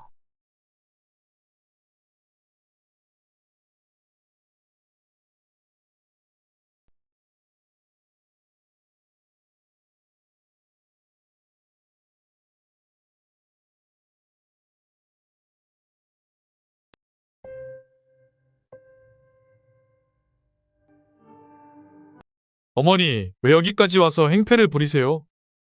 뭐? 이게 행패를 부리는 거냐? 저 이 사람과 결혼한다고 분명히 말씀드렸습니다. 더는 이렇게 찾아오지 마세요. 네가 지금 사리분별이 안 되는 모양이다. 어떤 부모가 자기 아들이 애 딸린 이혼녀와 결혼한다는데 옳다구나 해. 계속 그러시면 연 끊습니다. 어머니도 저는 없는 셈 치고 사세요. 여자의 손을 잡고 멀어지는 아들을 보며 올해 80이 된 허성리 할머니는 망연자실하여 서 있었소. 그리곤 어디서부터 일이 꼬였는가 생각해 보았소. 허성리 할머니는 40세 나이에 늦둥이를 보았소. 결혼 후 한참을 아이를 못 가져 오랫동안 마음고생을 하다가 남편과 결국 포기하고 둘이 잘 살자 결심했을 때 아이가 들어섰다오. 노산이라 임신 중에도 고생을 많이 했고 출산의 과정도 쉽진 않았소. 하지만 충분히 값진 시간들이었소. 누구보다도 소중한 아들이 태어났으니 말이오. 워낙 힘들게 본 자식인지라 남편과 허씨는 아들을 애지중지 키웠소. 정말 아들 하나만을 보고 살아왔다고 해도 과언이 아니었소. 남편도 허씨도 워낙 힘들게 살았기 때문에 아들에게만큼은 꼭 다른 삶을 살게 해주고 싶었다오. 하지만 아들이 중학생이 된 후 얼마 안 되어 허씨는 남편과 사별하게 되었소. 갑작스러운 사고로 남편을 떠나보내고 아들을 홀로 키워야만 했소. 눈앞이 깜깜했지만 자신의 뼈와 살을 태워서라도 아들을 제대로 키워내고 싶었소. 없는 형편에 학원이며 과외며 남들이 하는 것은 부족함 없이 해주었소. 허씨는 말 그대로 모든 걸 아들에게 쏟아부었소. 그렇게 여자 혼자의 몸으로 밤낮 없이 죽어라 이래서 아들을 의사로 만들었다오. 언니는 좋겠다. 어디 가서 아들이 의사라 그러면 기 좀 피겠어. 뭘 그래. 아들이 의사지 내가 의사니? 칭찬하는 동네 친구 장영님의 말에 허씨는 손사래를 쳤지만 속으로 무척이나 뿌듯했어. 아들이 이제 34살이랬지? 슬슬 결혼할 때 됐겠다. 소식 없어? 무슨 벌써 결혼이야? 어머머, 34시 일러? 일찍 결혼했으면 애가 벌써 초등학교는 들어갔겠네. 이제 인생 시작인데 결혼 서두를 거 뭐 있겠어. 하긴 결혼 일찍 해봤자 좋을 것도 없다. 우리 딸 보면 그런 거 같아. 딸이 왜? 이혼한다고 난리야. 이혼? 갑자기 왜? 죽고 못 살더니. 장 씨의 딸은 20대 초반에 결혼했는데 결혼할 때 골치 썩는 모습을 옆에서 전부 지켜보았어. 장 씨가 결국 딸을 꺾지 못하고 결혼을 시킨 것이 벌써 10년이었어. 한 10년 살아보니까 아니다 싶은가 보지. 성격 차이? 뭐 그렇다는데 성격이 서로 딱 맞는 사람이 어딨어? 그냥 다 참고 사는 거지. 툭하면 이혼한다 그러는데 아주 질렸어. 진저리 치는 친구를 보며 허씨가 말했어. 그래도 그러는 데는 이유가 있겠지. 딸하고 얘기 좀 잘해봐. 그리고 요즘엔 이혼이 흠도 아니라더라. 시대가 바뀌었잖아. 우리 때랑 달라. 그건 알지. 근데 아무리 그래도 이혼녀 딱지 붙는 건데 웬만하면 그냥 살라 했지. 그래도 딸 행복이 먼저 아니겠어? 하지만 자신이 얼마나 오만한 조언을 했는지 얼마 안 있어 깨닫게 되었소. 어머니, 저 혜영이랑 결혼하겠습니다. 어느 날 아들이 말했소. 혜영이는 아들의 중학교 동창으로 오랜 연인 사이임을 알고 있었다오. 허씨도 잘 알고 있는 아이였고 그녀의 어머니와도 꽤 오래 알고 지냈어. 그리고 사실 그렇기 때문에 장 씨가 꺼낸 결혼 얘기에도 아직 이르다 대답한 것이었어. 혜영이랑 결혼을 한다고? 워낙 어릴 때부터 본지라 귀엽게는 보았지만 그건 아들의 친구였을 때 이야기였어. 그런 아이를 며느리라고 생각하고 엎어보고 뒤집어 보니 썩 좋은 상대는 아니었다오. 뭐가 마음에 안 차세요? 마음에 안 차는 점은 많았어. 여자 나이 34살이라는 것도 적지 않아 보였고 죽집을 하는 엄마를 따라 식당 일을 하고 있다는 점도 마음에 걸렸어. 아들의 결혼 상대로서는 기울어 보이는 것이 사실이었어. 그리고 같은 동네에 20년 넘게 살다 보면 서로를 속속들이 알게 된다오. 그 집의 빚이 얼마인지도 알고 있을 정도였으니 말이오. 조금 이르지 않나 싶다. 의사 인생 지금부터 시작 아니니? 요즘에 34세 결혼하는 남자가 어딨니? 그래도 혜영이랑 오래 만났잖아요. 어차피 할 결혼 지금 하나 나중에 하나 상관없을 것 같아요. 아들이 굳게 마음을 먹은 듯하니 허씨는 초조해졌어. 엄마는 그건 반대다. 좀 더 있다가 결정해도 늦지 않아. 왜 그러시는데요? 혹시 혜영이가 마음에 안 들어서 그러세요? 아들에게는 두루뭉술하게 너무 이르다 말했지만 아들의 말이 허씨의 심정을 대변했어. 더 좋은 혼처였다면 결코 이렇게 반대하진 않았을 것임을 허씨도 알았어. 그럼 솔직히 말하마. 네가 공부만 하면서 살았고 어릴 때부터 혜영이만 만나서 주변을 살펴볼 생각도 못했지 않냐. 좀 더 시간을 두고 보면 더 좋은 인연이 있을지 누가 아니? 좋은 인연이라는 게 돈, 집안 그런 걸 말씀하시는 거예요? 너 정도면 더 좋은 조건에 결혼할 수 있지 않니? 그럼 어머니는 결혼하는데 제 행복보다 조건이 더 중요하다는 말씀이세요? 아들이 이해할 수 없다는 듯 언성을 높였어. 하지만 허씨 또한 아들을 이해할 수 없었어. 네 행복이 가장 중요하니까 하는 소리다. 네가 아직 현실을 몰라서 그래. 그렇다고 혜영이랑 헤어지라는 게 아니라 좀 더 있다가 결정해도 되지 않겠냐는 거야. 이런저런 경험도 해보고 그래도 혜영이와 결혼하고 싶다면 그때 해. 그게 헤어지라는 말로 들리네요. 아들은 어머니와는 도저히 대화가 안 된다는 듯 고개를 내저으며 방으로 들어갔어. 얼마 뒤 혜영이 집으로 찾아왔지만 바쁘다는 핑계로 만나지 않았어. 어릴 적 예뻐하던 아이에게 불편한 말은 하고 싶지 않았어. 그리고 오래지 않아 둘이 헤어졌다는 이야기를 듣게 되었는데 그 소식은 혜영의 엄마로부터 전해 듣게 되었다오. 전화로 혜영이 많이 힘들어했다는 말과 함께 당신 눈에서도 피눈물 날 것이라는 원망을 내뱉고 끊었어. 아들은 한동안 침울해했고 허씨와는 말을 하지 않았어. 자신이 억지로 갈라놓은 모양새가 되자 허씨도 찜찜한 기분이었다오. 하지만 한편으론 아들의 인생에 있어서 나쁜 일은 아닐 거라고 믿었어. 때가 되면 어릴 적 인연은 금방 잊혀질 것이기에 훗날 되돌아보면 분명히 잘한 결정이었음을 깨닫고 허씨를 이해해 줄 것이라고 생각했다오. 그리고 허씨의 생각대로 아들은 금방 과거를 털어버렸고 종종 연애도 하는 듯 보였어.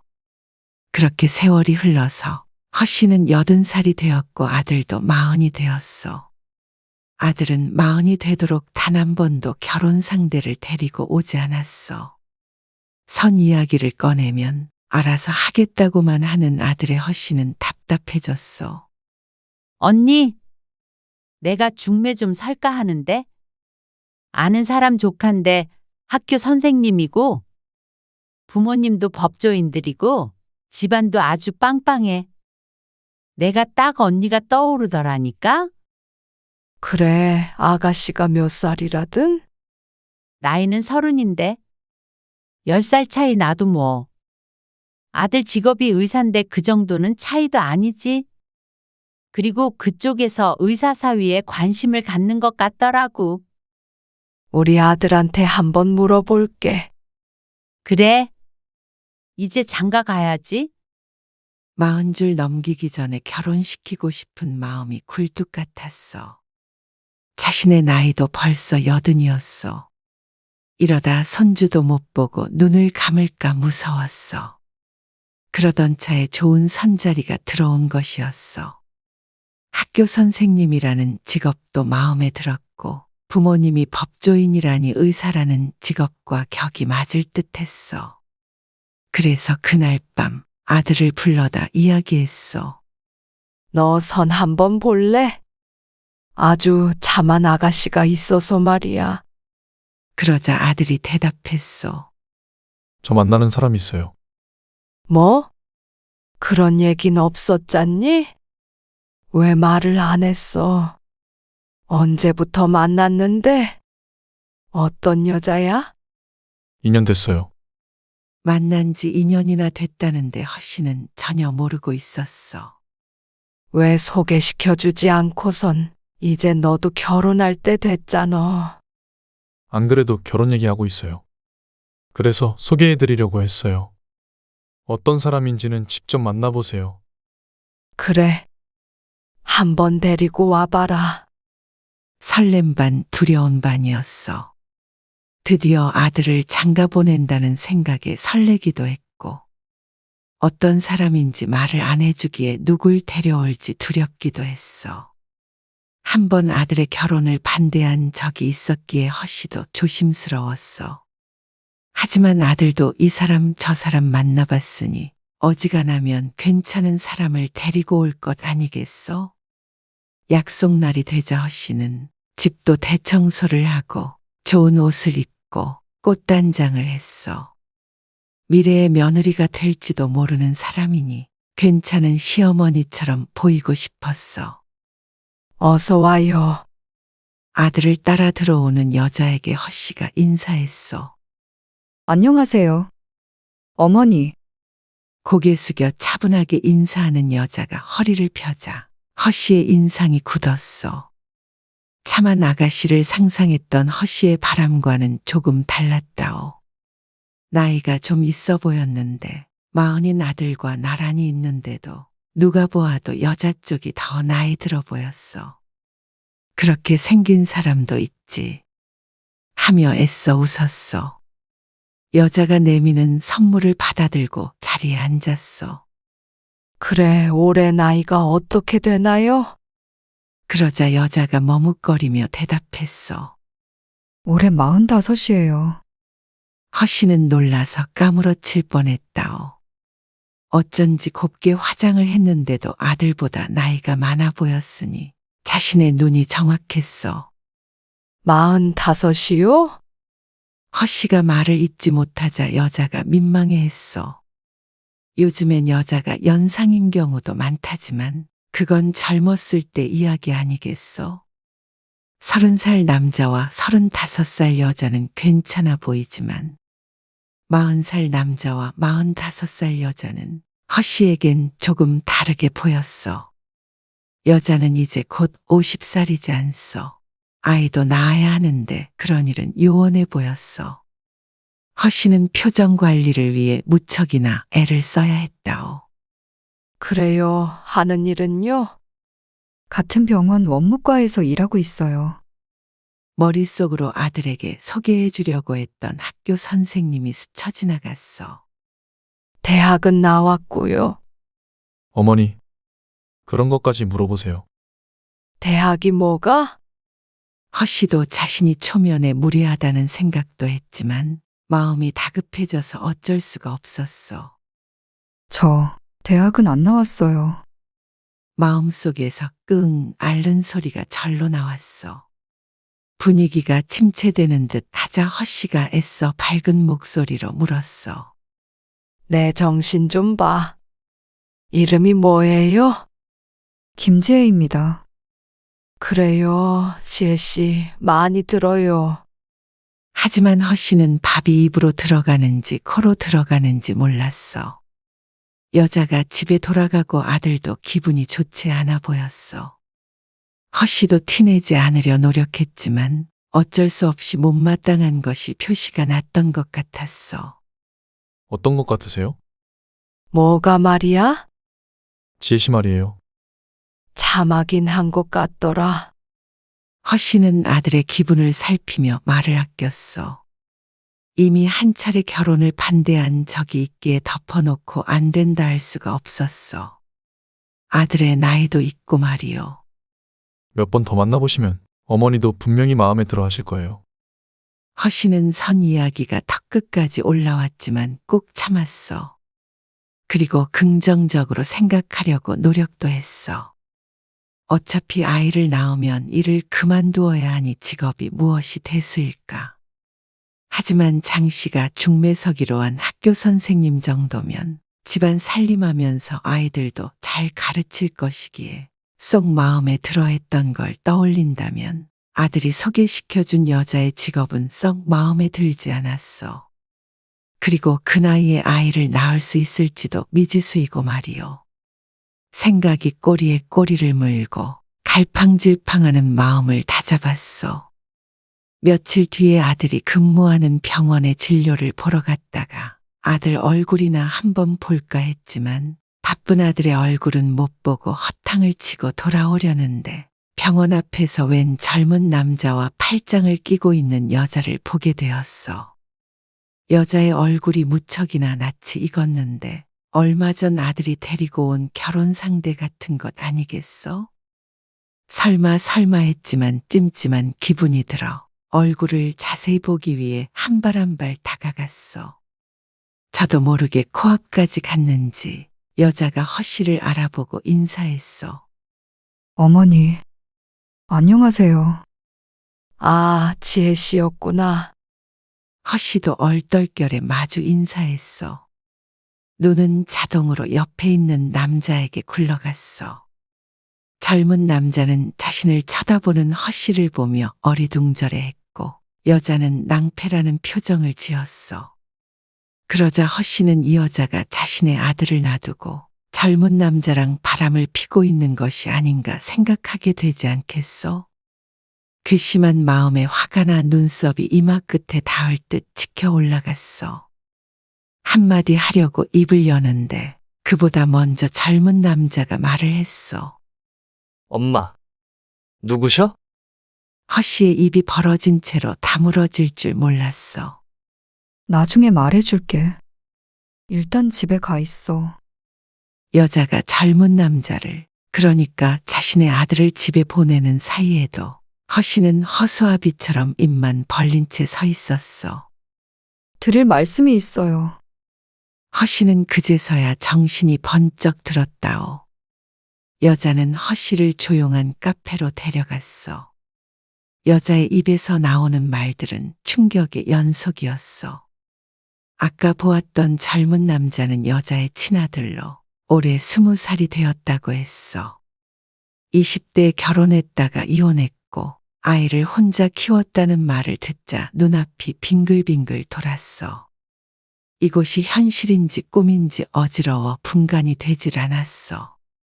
그러니까 내 아들이 성인이 된 아들이 있는 여자를 결혼한다고 데리고 왔다는 말이잖아요. 죄송해요. 이 사실을 내 아들도 알고 있어요. 네. 처음부터 알고 있었어요. 그런데도 결혼한다고 하던가요? 여자는 송구스럽다는 듯이 고개를 숙이며 말했어. 저도 많이 망설였어요. 그런데 저희 많이 사랑하고 있습니다. 사랑? 참. 허씨는 속으로 생각했어. 내가 무슨 말을 하든 좋은 소리는 안 나갈 것 같네요. 그런데 그건 지혜 씨가 이해해요. 아들이 있으니까 알 것 아니에요? 남편 잃고 정말 힘들게 내 인생과 바꿔서 키운 아들인데 이런 사람과 결혼시킬 거라고는 상상도 못하지 않았겠어요. 네, 그럼요. 이해해요. 눈물을 흘리는 여자를 보며 허씨는 동정했지만 거기까지였어. 나는 솔직히 이 결혼 찬성할 수 없을 것 같아요. 여자의 울음소리가 커졌고 허씨도 울고 싶었어. 무슨 이유로 이혼하고 애를 혼자 키웠는지는 모르겠지만 허씨도 아들을 혼자 키우느라 힘든 그 심정을 이해했어. 하지만 아닌 건 아닌 것이었어. 딱하다고 내 아들의 인생을 줄 수는 없는 것이요. 내가 무슨 말 하는지 충분히 알아들은 것 같네요. 앞으로는 볼 일 없었으면 해요. 여자가 대답을 하기도 전에 허씨는 자리에서 일어났어. 100번 양보해서 그녀의 직업과 아들보다 나이가 많은 것도 이해해 보려고 노력하고 있었어. 하지만 20살짜리 아들이 있는 건 다른 문제였어. 그것까지는 도저히 감싸 안을 수가 없었어. 그렇게 헤어져서 집에 왔는데 저녁 늦게 퇴근한 아들이 허씨에게 말했어. 어머니, 지혜 씨한테 뭐라고 하신 거예요? 어머니를 죽일 듯이 노려보는 아들. 별말 안 했다. 너는 그런데 결혼 허락을 받으러 와서 제일 중요한 걸 말 안 했더라. 그건 천천히 말씀드리려고 했어요. 아니, 천천히 말할 문제가 아니지 않니? 그걸 가장 먼저 얘기했어야지. 그랬으면 무작정 반대만 하셨을 거 아니에요. 아들의 말에 허씨가 가슴을 쳤어. 당연한 거 아니냐. 어떤 부모가 아들이 5살이나 많은 애 딸린 이혼녀랑 결혼한다는데 좋다 그러냐. 그것도 의사가. 아들도 지지 않고 말했어. 그놈의 의사는 원하는 사람하고 결혼도 못해요? 너를 내가 어떻게 의사로 만들었는데. 그렇다고 어머니가 제 인생을 이래라 저래라 할 권리는 없는 거예요. 공부시켜주신 건 살면서 갚을게요. 그런 얘기가 아니었어. 허씨는 결코 아들이 의사를 만들어준 은혜를 갚길 원하는 게 아니었어. 심장을 꺼내서 보일 수 있다면 아들 앞에서 까발려보고 싶었어. 아니다. 이래라 저래라 하고 싶은 게 아니야. 나는 다 너 잘 되라고. 네가 행복했으면 해서 그러는 거야. 왜 애미 맘을 몰라주니? 어머니, 저는 지혜 씨랑 결혼하는 게 행복해요. 지금은 그렇게 생각할 수 있다. 그런데 살다 보면 그게 아니야. 지금은 그 사람만 보여도 시간이 지나면 또 그 소리세요? 혜영이도 그렇게 말씀하시고 반대해서 결국 헤어지게 만드셨죠. 이번에는 절대 어머니 뜻대로 못해요. 다 널 위해서 하는 소리야. 아니요. 다 어머니를 위해서 하는 말이죠. 저 의사 만드느라 힘들었으니 그 보상을 받고 싶은 거 아니에요? 서로 핥히고 찌르고 입을 떠난 보이지 않는 칼이 서로를 찔렀어. 승자는 없고 패자만 있는 말씨름이 제자리만 돌고 돌았어. 난 너 하나만을 보고 살았다. 너에게만은 나와는 다른 삶을 살게 해주고 싶었어. 좋은 며느리 봐서 대접받고 싶은 마음도 없다. 그저 너만 잘 살면 되는데 왜 내 맘을 몰라주니? 지혜 씨와 결혼 반대하신다면 어쩔 수 없어요. 이제 어머니 혼자 사세요. 저는 이 집을 나가겠습니다. 뭐 나랑 연이라도 끊자는 거냐? 필요하다면, 연을 끊어야 한다면 끊겠습니다. 그건 어머니가 선택하시는 거죠. 그리곤 아들은 집을 나가버렸어. 미처 붙잡을 틈도 없었어. 쾅하고 문 닫히는 소리에 허씨의 심장도 바닥으로 쿵 떨어지는 듯 했어. 다른 아들 같았으면 진작에 독립했겠지만 늙은 엄마 혼자 두는 게 불안하다며 나이 40이 될 때까지 같이 산 효자였어. 그런 아들이 여자 때문에 연을 끊자며 집을 나가버린 것에 큰 충격을 받았어. 아들은 그날 이후로 전화도 차단했는지 연락이 되지 않았어. 어디에 있는지도 모른 채로 답답한 마음에 발만 동동 굴렀어. 그렇게 며칠이 지나자 아들에게서 문자가 한 통 왔어. 어머니, 나중에 시간이 흘러서 함께 봐도 좋겠다 싶을 때 그때 다시 연락드리겠습니다. 그때도 싫다고 하시면 아들은 없는 걸로 생각하셔야 할 거예요. 저는 제가 행복한 선택을 할 테니 어머니도 이제 저 말고 어머니 행복을 찾으세요. 저는 제 결정 후회하지 않습니다. 그럼 건강하세요. 다급히 전화를 눌렀지만 받지 않았고 답장을 보내보았지만 대답이 없었어. 40년간 품에 넣고 살았던 아들이 완전히 타인이 되어버린 순간이었어. 그렇게 한 주, 두 주 지나자 이대로는 안 되겠다 싶었어.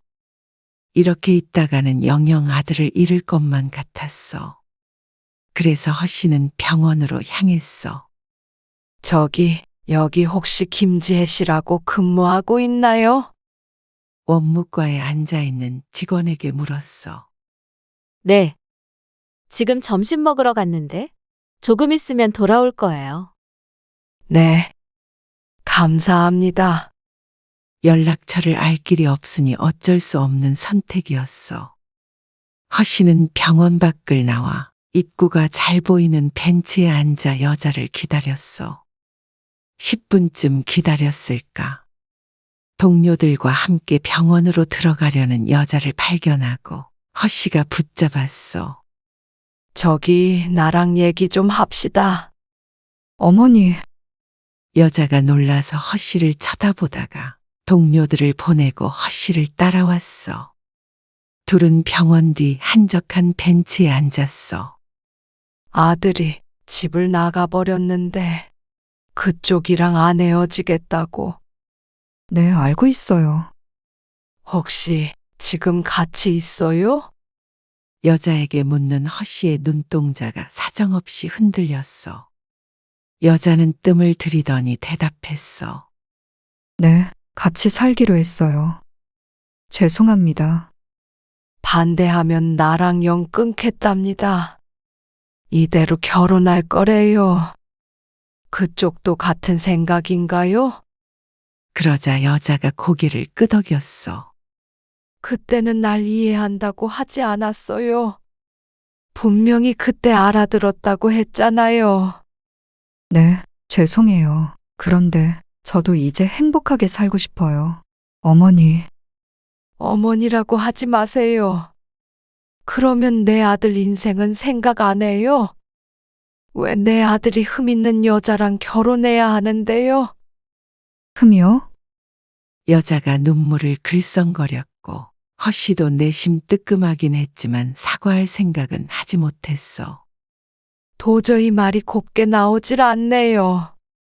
흠이라고 해서 그렇지만 사실이 그렇잖아요.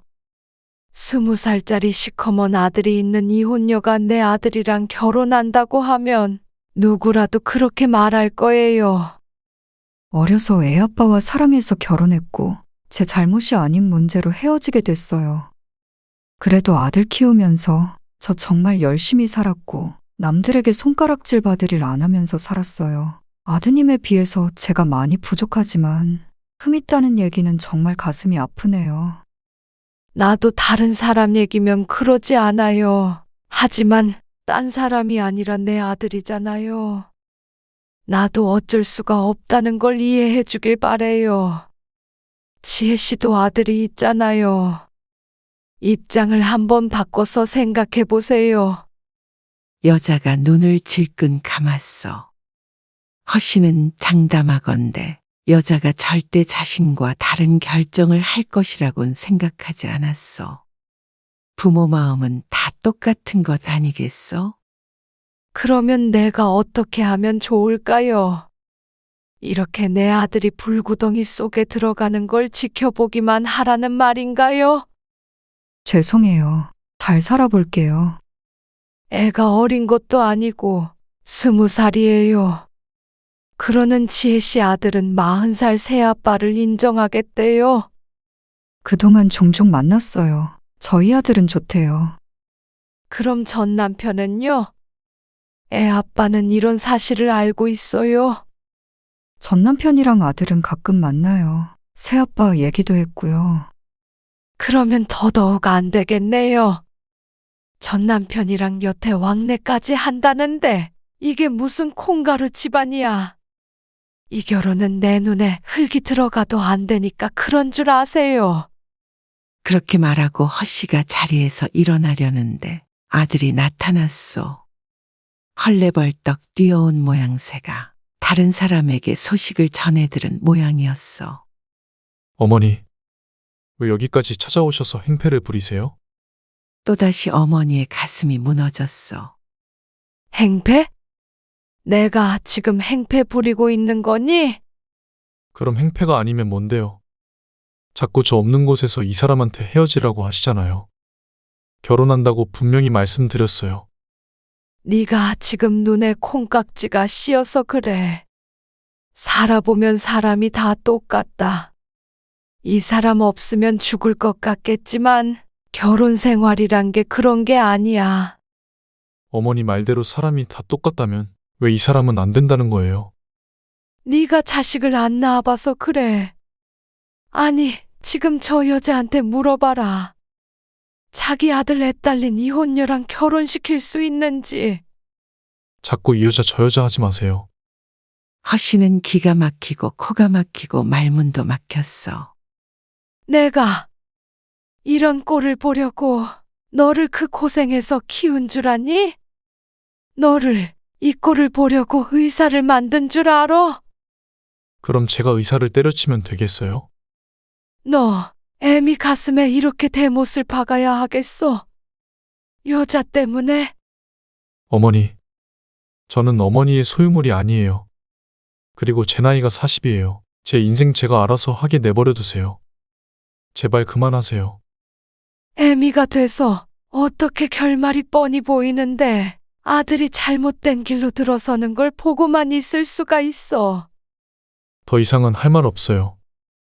어머니도 이제 아들 없는 셈 치고 사세요. 아들은 여자의 손을 붙잡고 병원으로 들어가 버렸어. 차마 아들 직장 안까지 쫓아가서 소리치지 못했어. 덩그러니 남은 허씨는 허탈했어.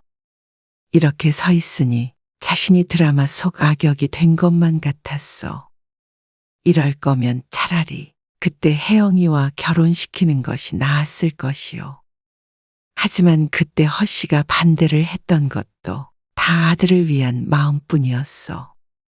자신이 이기적이라는 것은 허씨도 잘 알고 있지만 아들이 그 마음까지 이해해 주길 바랐어. 80까지 인생을 살다 보면 깨달은 바가 있지 않겠어? 사람의 마음은 영원하지 않고 사랑은 찰나이며 결혼은 그와는 동떨어진 현실이요. 그러니 이왕이면 좀 더 좋은 조건의 사람을 만나 평탄한 삶을 살길 바라는 것이 부모 마음 아니겠어? 그저 그런 마음뿐이었어. 방식이 잘못되었을 수는 있겠지만 그것이 이런 식으로 돌아와 허씨를 찌를 줄은 몰랐어. 발길이 떨어지질 않아 그 자리에 서 있는데 때마침 허씨의 전화벨이 울렸어.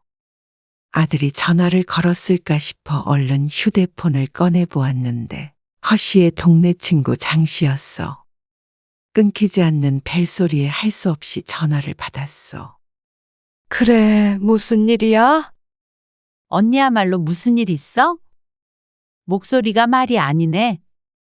아니, 무슨 일은? 다름이 아니고 우리 딸 있잖아. 이번에 결국 이혼 절차 밟기로 했어. 뭐 어쩌다. 허씨가 놀라 대꾸했어. 이혼한다 하더니 결국엔 그렇게 된 모양이었어. 어쩌다는? 사실 지난번에 언니가 그랬잖아. 이혼이 요즘은 흠도 아니라고. 딸 행복이 먼저지 않냐고. 내가 그 말을 듣고 곰곰이 생각을 해봤거든. 그러니까 그 말이 맞더라고.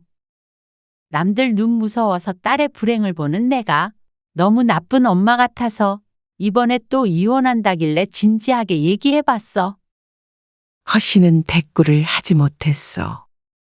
언니 덕분에 결심이 섰어? 이혼한다고 뭐 우리 딸 인생이 끝나나? 앞으로 행복하게 잘 살면 되지. 아무튼 고맙다고 말하려고 전화했지. 고맙긴. 전화를 끊고서도 허 씨는 심란한 마음을 추스를 수가 없었어. 허 씨도 다른 사람 일이었다면 달랐을 것이요. 아들이 원하는 대로 하게 해줘라. 이혼이 흠도 아닌데. 결혼하면 어떠냐? 행복하게 잘 살면 되지 않느냐? 하지만 어떻게 내 목숨과도 같은 아들이래. 바른 소리만 할 수가 있겠소. 부모인 이상 당연히 법조인 부모님 밑에서 자란 학교 선생님이 아들의 배우자가 되길 원하지 않겠소?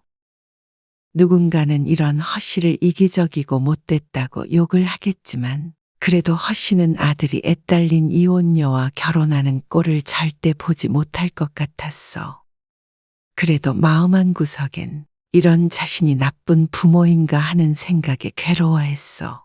그리고 오래전 혜영의 엄마로부터 당신 눈에선 피눈물 날 것이라는 말을 들었던 일이 떠올랐다오. 여러분들이라면 이런 상황에서 어떻게 하시겠소?